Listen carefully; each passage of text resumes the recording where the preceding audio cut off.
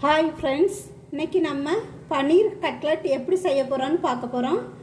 பன்னீர் cutlet செய்கிறதுக்கு தேவையான பொருட்கள் 200 கிராம் பன்னீர், உப்பு, 2 கொத்து கருவேப்பிலை, 1.5 பெரிய பல்லாரி, ஒரு பெரிய தக்காளி, ஒரு தக்காளி, 2 பச்சை மிளகாய், பொரிக்கிறதுக்கு தேவையான எண்ணெய், அரிசி மாவு, இதெல்லாம் தேவையான பொருட்கள்.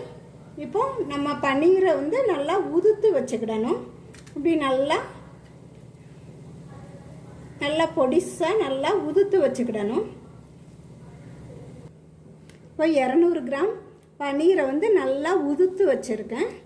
இப்போ 200 கிராமுக்கு 50 கிராம் 4ல் 1 பங்கு அரிசி மாவு சேர்க்கணும்.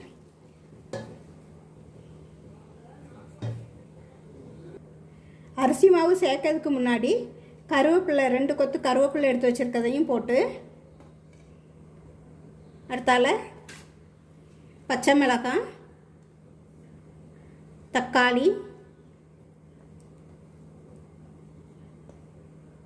பல்லாரி எல்லாமே சேர்த்து கலரணும்.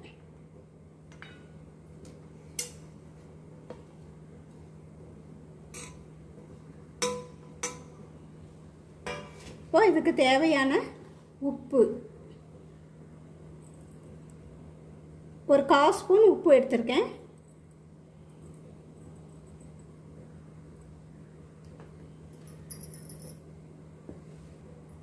இதை லேசாக கிளறி விட்டுக்கிடுவோம்.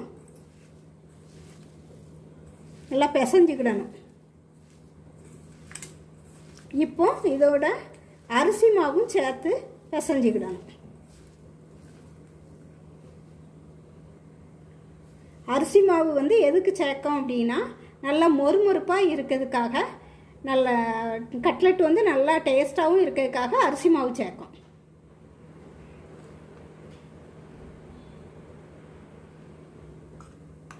ஐம்பது கிராம் அரிசி மாவு சேர்த்தாச்சு.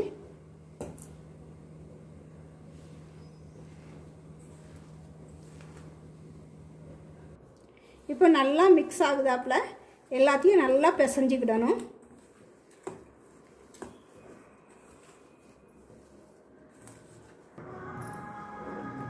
இப்போ பாருங்கள், இப்போ இதே மாதிரி ஒவ்வொரு கட்லெட்டாக நம்ம சேர்த்து வச்சுருவோம், தட்டி வச்சுக்கிடணும்.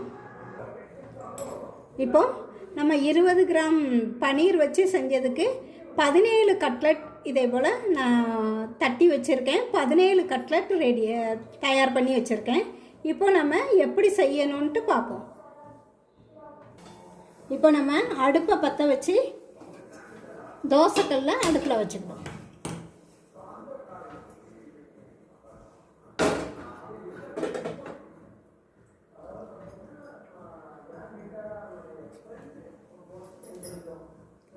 கல் நல்லா சூடானதும் அதில் நல்லா எண்ணெயை ஊற்றிக்கிடணும். பொரிக்கைக்கு தகுந்தாப்புல எண்ணெய் ஊற்றிக்கிடணும். இப்போ தோசை தவா நல்லா சூடாயிட்டு, இப்போ கட்லெட் ஒன்று ஒன்றா நம்ம போட்டுறணும்.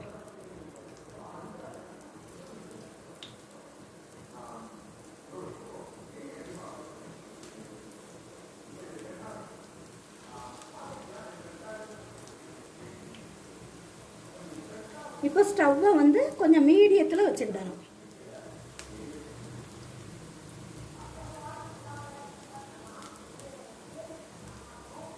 ஒரு 5 நிமிஷம், ஒரு 2 நிமிஷம் ஆகும். இப்போ மெதுவாக ஒவ்வொரு கட்லெட்டாக எடுத்து மாற்றி போடணும்.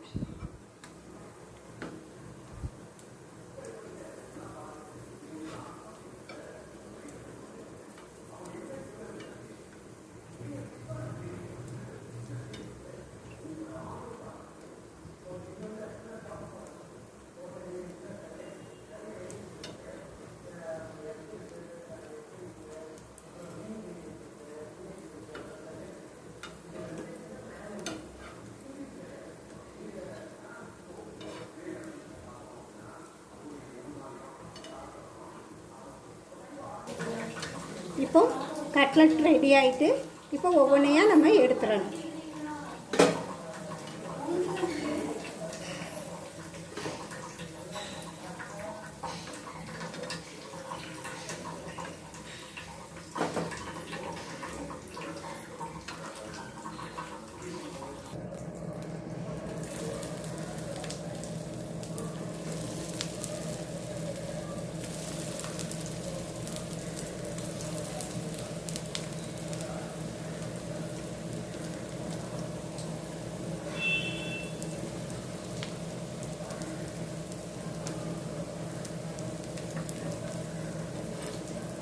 அடுத்து ரெண்டாவது எடுத்து போட்டிருக்கேன்.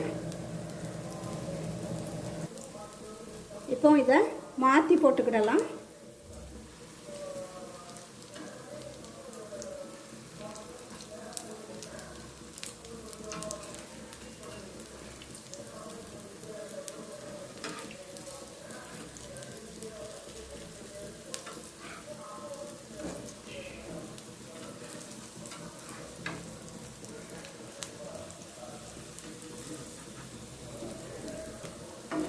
சிலருக்கு வந்து லைட்டாக ஃப்ரை பண்ணுறது தான் பிடிக்கும், சிலருக்கு நல்லா முருவலாக நல்லா வெந்திருக்கணும். இப்போ அப்போ தான் எடுத்திருந்தது லேசாக லைட்டாக வேகிறதா எடுத்தது. இப்போது நல்லா டீப்பாக ஃப்ரை பண்ணுறத பண்ணி எடுப்போம். இப்போ பாருங்கள், கட்லெட் வந்து நல்லா தயாராகிட்டு. இதே மாதிரி நீங்களும் கட்லெட் செய்து பாருங்கள். நம்ம சேனலை சப்ஸ்கிரைப் பண்ணுங்கள், லைக் பண்ணுங்கள், ஷேர் பண்ணுங்கள்.